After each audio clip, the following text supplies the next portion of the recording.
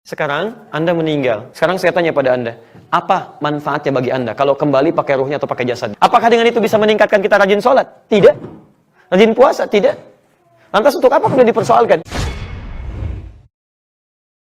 Yang kedua, saat kita kembali, apakah bersama rohnya atau bersama jasad dan rohnya, atau rohnya saja? Dalam keadaan demikian, seperti apa kita menyikapinya? Oke. Sekarang pulangnya, apakah pakai rohnya atau juga dengan jasadnya?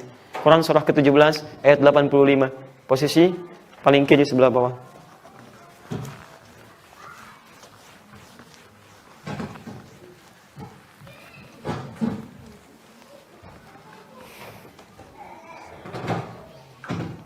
Wa yas'alunaka 'anir ruh. Anda bukan orang pertama yang menanyakan tentang roh. Ya, jadi zaman Nabi sudah ditanyakan. Qulir ruhu min amri rabbi. Katakan urusan roh itu adalah persoalan Allah Subhanahu wa taala. Awas, hati-hati ketika orang bertanya tentang ruh, apa hakikat ruh, bagaimana keadaan ruh, dijawab langsung oleh Allah. Urusan ruh itu jangan banyak ditanyakan, jangan banyak dipikirkan. Itu terkait dengan hubungannya dengan informasi langsung dari Allah Subhanahu wa taala. Yang tahu infonya Allah, yang tahu kepentingannya Allah, wa ma utitu minal ilmi illa qalila. Dan kalian tidak diberikan pengetahuan oleh Allah Subhanahu wa taala kecuali sedikit saja yang terkait dengan kebutuhan hidup kita, butuh. Ini ada pelajaran besar di Quran. Perhatikan pelajarannya. Ada ayat di Quran, kalau dalam bahasa bebas begini. Kalau Anda ingin bertanya sesuatu, carilah pertanyaan yang memang terkait dengan kebutuhan kita. Kalau memang butuh, tanyakan. Kalau nggak penting, Anda pikirkan dan nggak ada manfaatnya, jangan banyak ditanyakan. Membuat kita banyak berpikir, banyak merenungkan, akhirnya lupa dengan mengerjakan ibadah sebagai tugas bagian kita. Sekarang saya tanya pada Anda, apa manfaatnya bagi Anda kalau kembali pakai ruhnya atau pakai jasadnya? Apa faedahnya? Nggak ada kan? Mau ruhnya saja, mau jasadnya saja, terserah Allah. Ya, toh juga tidak akan mengubah diri kita, baik masuk surga ataupun neraka, nggak ada faedahnya. Yang paling penting, kalau jawaban Quran yang ingin dibalikan, daripada nanyakan tentang roh ataupun jasadnya itu ada, lebih baik persiapkan diri kita saat kembali kepada Allah Subhanahu wa taala. Disitulah kita akan ketahui di mana tempat tinggal kita. Nah, ini penting saya sampaikan bahwa Nabi SAW itu seringkali mengarahkan pada pertanyaan-pertanyaan yang sifatnya sesuai dengan kebutuhan kita. Karena itu para ulama tidak pernah membuka persoalan-persoalan yang pada akhirnya tidak akan pernah memberikan manfaat dalam kehidupan. Seperti contoh, ada seorang peneliti ingin mengungkap tentang roh ini, ya, terkait dengan roh. Dia adakan penelitian sampai kemudian, mohon maaf, yang mau meninggal ditutup ya dengan penutup kaca, ingin melihat bagaimana hakikat roh saat meninggal, apakah terbang ataukah nampak dan sebagainya. Pada akhirnya apa yang terjadi? Putus asa, gak menemukan apapun. Habis waktu terbuang, energi dibuang, tapi tidak melahirkan manfaat yang bisa dihadirkan dalam kehidupan. Sama dengan pertanyaan begini, mohon maaf, saya di Indonesia sering ditanya begini, Ustaz, orang tua Nabi itu kemana tempatnya? Di surga atau neraka? Sekarang pertanyaannya, baik orang tua Nabi di surga ataupun bukan di surga, hubungan dengan Anda apa? Apakah dengan itu bisa meningkatkan kita rajin sholat? Tidak. Rajin puasa? Tidak. Lantas untuk apa kemudian dipersoalkan? Nah, jadi ada beberapa pertanyaan yang sifatnya teman kita memberikan petunjuk lewat pertanyaan tadi, yang sifatnya kita mencari pertanyaan yang kiranya ada hal-hal yang kita bisa butuhkan dan manfaat untuk kita semua.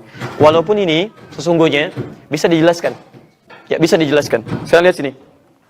Saya tanya dulu Anda. Roh. Pelan-pelan. Ini manusia dulu ya. Manusia diciptakan oleh Allah. Ada apa aja pada diri manusia? Roh, apalagi? Jasad, fisik, jasad. Apalagi? Kurang satu. Kalau cuma roh dengan fisik saja, hewan juga punya akal ya. Baik, akal. Jadi kalau roh dengan fisik, ini hewan. Kalau roh fisik dengan akal, ini manusia. Jelas?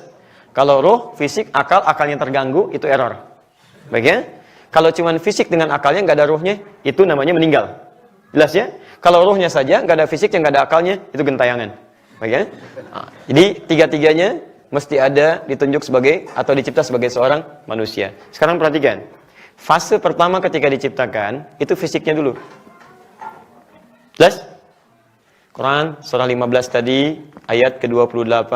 Di hadis paling mudah di Al-Arba'in, nomor hadis keempat, posisi paling kiri sebelah atas dari Abdullah bin Mas'ud. Inna ahadakum yujma'u fi batni ummi arba'ina yawman nutfah. Setiap kalian dibentuk di perut ibundanya 40 hari pertama, itu adalah sperma yang masih bertemu dengan ovum berproses.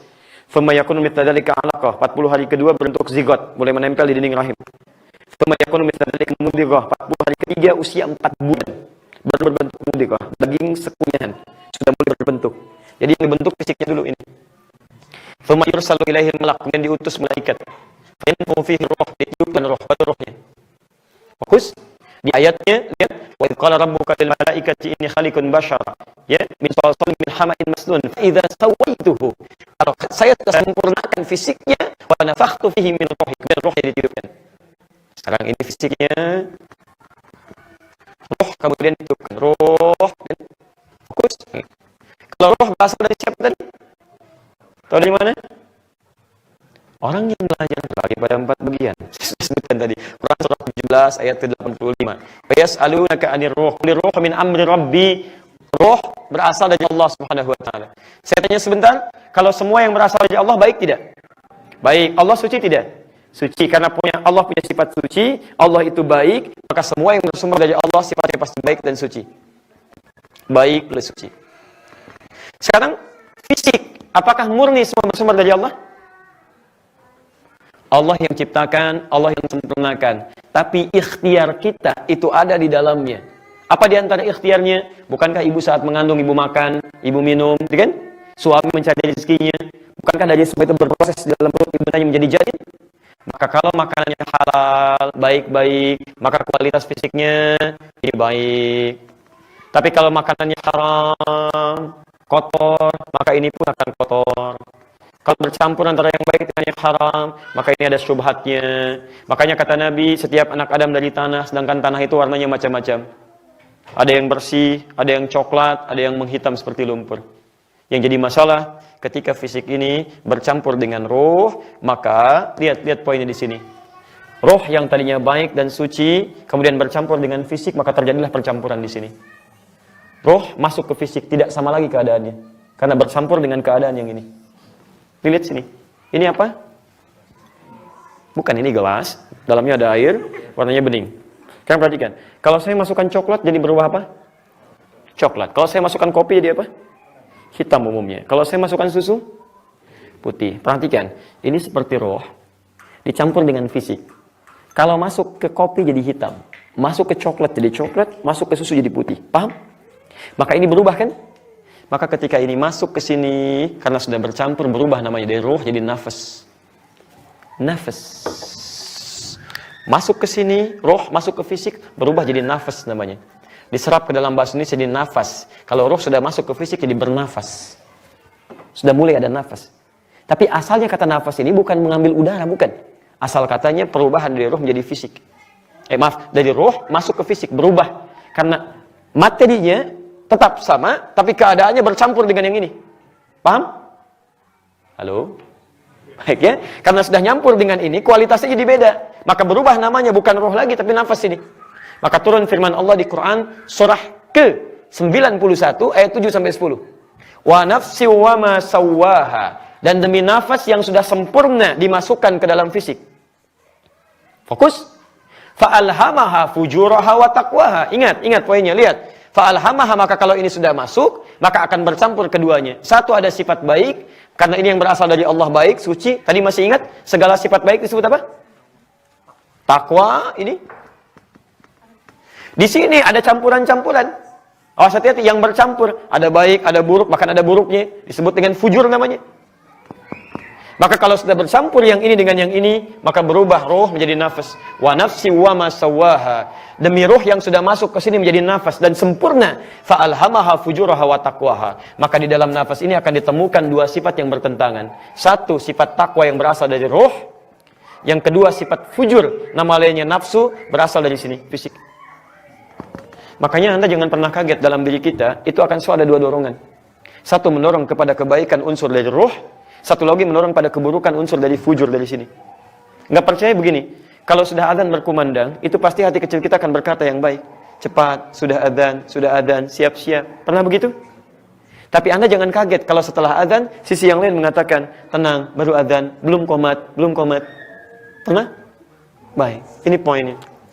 Nah sekarang pertanyaannya, selama ini hidup, ini akan menjalani dua pilihan ini. Anda kemanapun akan begini. Anda akan pulang, Anda melihat banyak sendal sepatu. Yang ini akan mengatakan, yang kamu tuh yang bagus, yang bagus.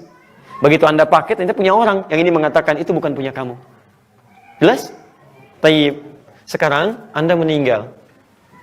Yang pulang apa yang dicabut? Bukan. Kalau tidak tahu katakan. Oke, yang pulang apanya? Yang dicabut apanya? Wallahu a'lam. Quran surah ketiga ayat 185. Quran surah 3 ayat 185. Kullu nafsin dha'iqatul. Kullu nafsin, bukan kullu ruhin.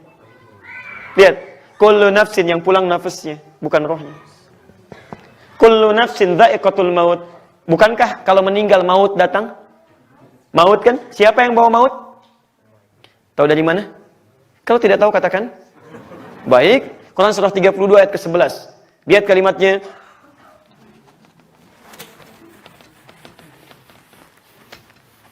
Malakul mautil ladzi wukkila bikum qul yatawaffakum. Katakan Muhammad, kalian semua akan diwafatkan. Siapa yang mewafatkan? Malakul mautil ladzi wukkila bikum. Kami akan utus malaikat, namanya malaikat maut. Jadi, kita ini kalau nafasnya sudah ada, kita disebut mayit namanya. Mayit. Ada tasdidnya. Kalau ada tasdidnya, ini artinya hidup. Tapi akan meninggal. Ya, CM, calon meninggal. Akan wafat. Kalau sudah meninggal, tasdidnya hilang. Begini, mayit. Mayit, hilang tasdidnya. Ini beda dalam bahasa Arab. Mayit dengan mayit itu beda. Kalau mayit masih hidup, cuman akan meninggal. Jadi kalau Anda dipanggil mayit, jangan tersinggung, jangan marah. Bapak mayit ya? Iya, sama kayak Bapak. Selesai. Tapi kalau tasdidnya sudah hilang begini, ini hilang, mayit, ini sudah wafat. Siapa yang mengambil tasdid ini sehingga tersisa bulatan di sini? Ya, kalau sudah diambil jadi bulatan, hilang kan dia? Yang ngambil namanya maut. Lihat film-film kartun tuh, kalau sudah nggak ada kan di atasnya ada bulatan tuh. Ya? Masya Allah. Ya kayak gitulah gitu. Diambil namanya maut. Maka Quran surah ketiga ayat 185, kullu nafsin dha'iqatul maut. Nafas ini yang dipanggil, diambil oleh Allah Subhanahu wa taala lewat malaikat, diambil melalui maut. Bagaimana cara ngambilnya? Karena ada yang banyak amal soleh, ada yang banyak mengerjakan kebaikan, ada yang tenang. Ya ayat Tuhan, nafas, bukan roh. Ya ayat Tuhan nafsul mutmainnah. Masya Allah. Jelas di sini? Jadi yang pulang bukan rohnya, tapi yang pulang apanya?